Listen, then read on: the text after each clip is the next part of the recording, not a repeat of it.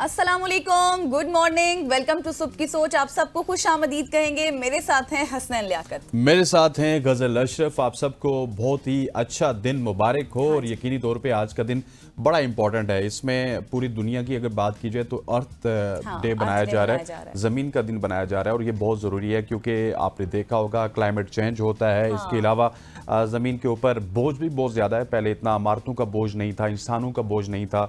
7 अरब के करीब इंसान हैं, फिर इमारतें हैं, फिर प्लास्टिक है, फिर ग्लोबल वार्मिंग है। गंदगी तो है ये इतनी ज्यादा। गंदगी है। इन तमाम तर चीज़ों को हमने साइड पे रख के ज़मीन का भी ख्याल रखना है। इस वजह से ये दिन मनाया जाता है। मनाया जा रहा है और बताने का मकसद आपको ये है कि ज़्यादा से ज़्यादा अपने माहौल को साफ रखें और साफ सुथरा रहें। इसी में बेहतरी है। ग्लोबल वार्मिंग की तरफ जो हम जा रहे हैं, फिर आपको पता है ना कि कितनी ज़्यादा ये क्लाइमेट चेंज हो रहा है, गोलाबारी हो रही है, फिर आप ये भी कह लें कि ज़लज़ले भी आ रहे हैं। तो इन तमाम तर चीज़ें कहीं ना कहीं जाकर इफेक्ट ज़रूर करती हैं, इसलिए अपने माहौल का खास ख्याल रखें। सोशल स्टोरीज की तरफ बढ़ते हैं। बिल्कुल, सोशल स्टोरीज का आगाज करते हैं और सबसे पहले आपको खबर देते हैं कि सुप्रीम कोर्ट में जस्टिस मंसूर अली शाह ने कायम मकाम चीफ जस्टिस के तौर पर हलफ उठा लिया है। और आपको ये भी पता होना चाहिए कि जस्टिस मुनीब अख्तर ने ये हलफ लिया है। चीफ जस्टिस याहिया अफरीदी चीन के दौरे पर हैं, जहां वो शंघाई ताउन तंजीम की अदालती कॉन्फ्रेंस में शिरकत के लिए गए हुए हैं। और दौरे के दौरान चीन और पाकिस्तान की अदालतों के दरमियान अदालती ताउन के लिए MOU पर दस्तखत भी होंगे।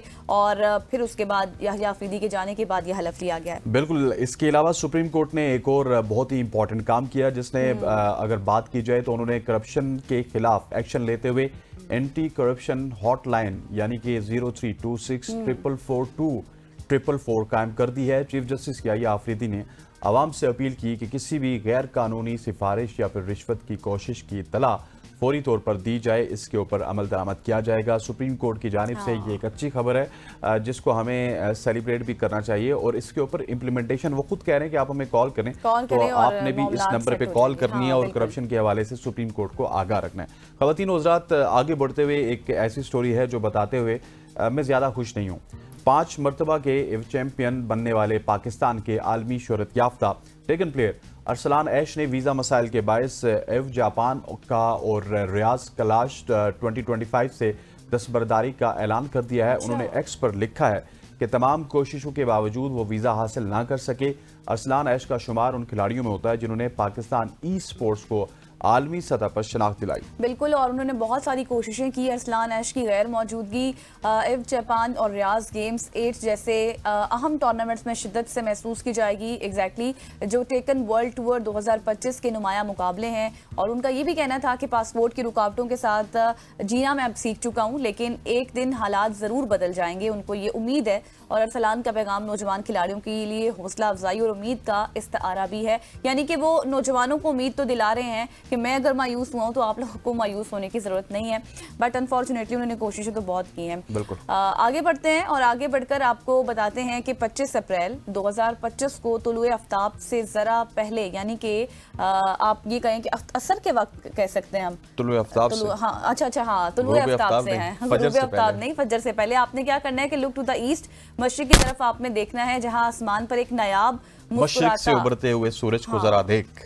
बिल्कुल, जहां से आपको ना एक मुस्कुराता चेहरा नमूदार होगा। वेनस और सैटर्न और हिलाली चांद की एक खूबसूरत जोड़ी में सयारे आंखों का किरदार अदा करेंगे, जबकि चांद एक नर्म सी मुस्कुराहट बनाएगा। और ये मंजर दुनिया भर में सुबह 5:30 बजे के करीब देखा जा सकेगा। अगर मौसम ठीक हुआ, बादल ना हुए, अगर मौसम साजगार हुआ तो आप ये नज़ारा देख सकेंगे। बिल्कुल ऐसे ये नायाब फल्की नज़ारा जिसकी गजल ने बात की है, 3 फल्कियाती जो सितारे हैं उनकी कुर्बत का नतीजा है, जिसे बगैर किसी दूरबीन के भी देखा जा सकता है। लेकिन अगर आपके पास दूरबीन या फिर टेलीस्कोप होगा तो मंजर और भी दिलकश दिखाई देगा।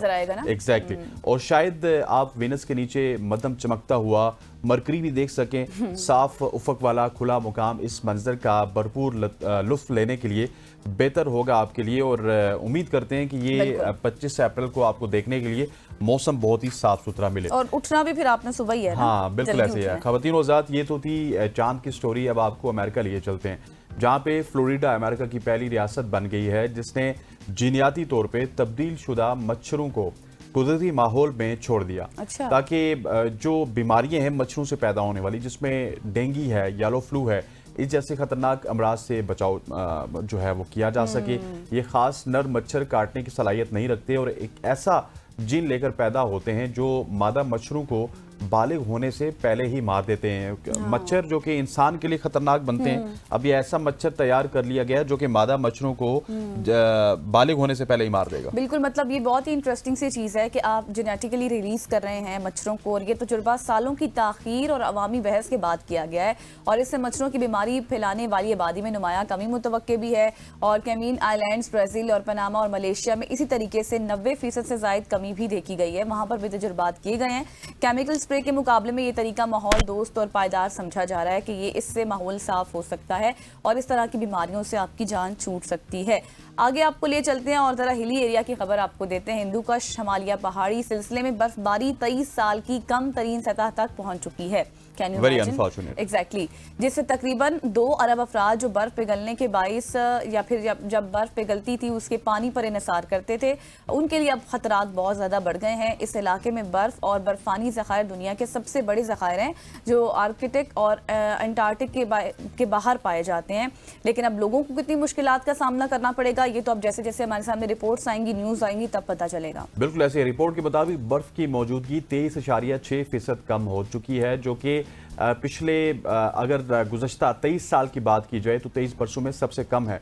ये रुझान मुसलसल तीसरे साल जारी है, जिससे खित्ते में पानी की कमी, ज़ेर ज़मीन पानी पर ज़्यादा इन्हिसार और खुश्क साली के खतरात बढ़ गए हैं। कई ममालिक पहले ही खुश्क साली के वार्निंग दे चुके हैं और आबादियों को तवील, गर्म और ज़्यादा बार बार गर्मी की लहर का सामना करना पड़ रहा है। और अभी भी आप पाकिस्तान में देख लीजिए कि एक दिन गर्मी होती है, दूसरे दिन सर्दी होती है। यहाँ पे अभी इस तरह का मौसम बना हुआ बारिशों के बाद कि शायद सर्दी वापस आ गई, लेकिन कराची में पिछले 3-4 दिन से हीट वेव चल रही है। एग्जैक्टली, और हमें तो रात को सर्दी लगती है, दिन में गर्मी लगती है। तो मौसम देखें आप किस तरह से चेंज हो रहा है, समझ नहीं आ रही कि गर्मियां या सर्दियां। बिल्कुल ऐसे ही आगे बढ़ते हैं, और आगे बढ़ते हुए एक बड़ी जबरदस्त स्टोरी है जो मैंने आपके साथ शेयर करनी है।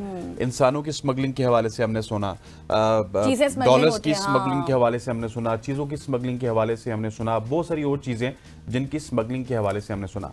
लेकिन अब मेरे पास खबर है केनिया से, जहां पे चूंटियों को स्मगल करने का मामला थोड़ा सा दिलचस्प होता चला जा रहा है। चूंटियों को कैसे स्मगल किया गया? ये मैं आपको बताता हूँ। बेल्जियम के 2 नौजवान कीनिया के दारुल हुकूमत नैरोबी में गिरफ्तार हुए और इन पर इल्जाम है कि उन्होंने 5000 चूंटियों की स्मगलिंग की कोशिश की थी।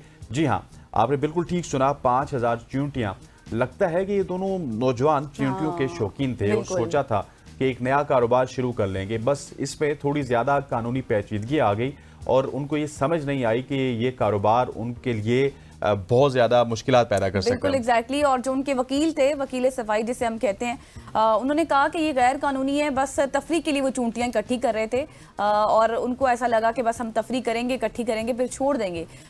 तो ऐसा हुआ नहीं, उनका ख्याल ये नहीं था, बल्कि चूंटियां जमा करना ऐसा ही है जैसे किसी ने कुछ परिंदे पकड़ लिए हों और ये बस एक शौक है। लेकिन खैर, उनके कब्जे से 400 मजीद चूंटियां भी बरामद हुई हैं और माहिरीन ने उनकी मालियत 10 लाख तकरीबन 7700 अमरीकी डॉलर बताई है। और लगता है कि इन चूंटियों का प्लान यूरोप और एशिया तक पहुंचना था, कोई और नहीं बल्कि दुनिया भर में चूंटियों का फैलाव भी हो रहा था। आपको साथ साथ ये भी बता दें कि कीनिया में ना ये जुर्म समझा जाता है हसनैन, के जो चूंटियां, मतलब रिसर्च के मुताबिक, कि जो इस तरह से काम करते हैं, चूंटियों की स्मगलिंग करते हैं या जुर्म करते हैं। साथ आपको ये भी बता दें कि कीनिया इस वजह से भी मशहूर है कि वहाँ पर एलिफेंट या फिर हिप्पोटैटमस, जो आपको पता है एनिमल्स, उनके जो बॉडी पार्ट्स है ना, उनको भी बेचने के हवाले से ये बातें गर्दिश कर रही थी पहले कि वहाँ पर इस तरह की स्मगलिंग होती रहती है।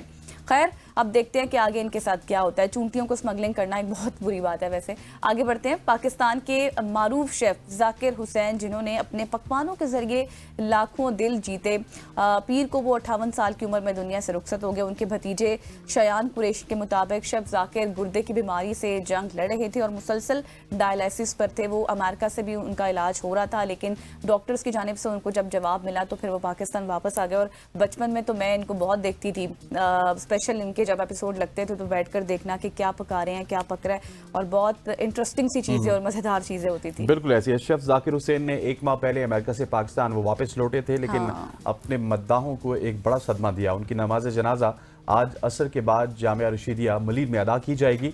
उनके पकवानों ने न सिर्फ घरेलू खवातीन को बल्कि पेशावर जो शेफ थे उनको भी मुतासिर किया, और उनके जाने का गम हमेशा दिलों में रहेगा।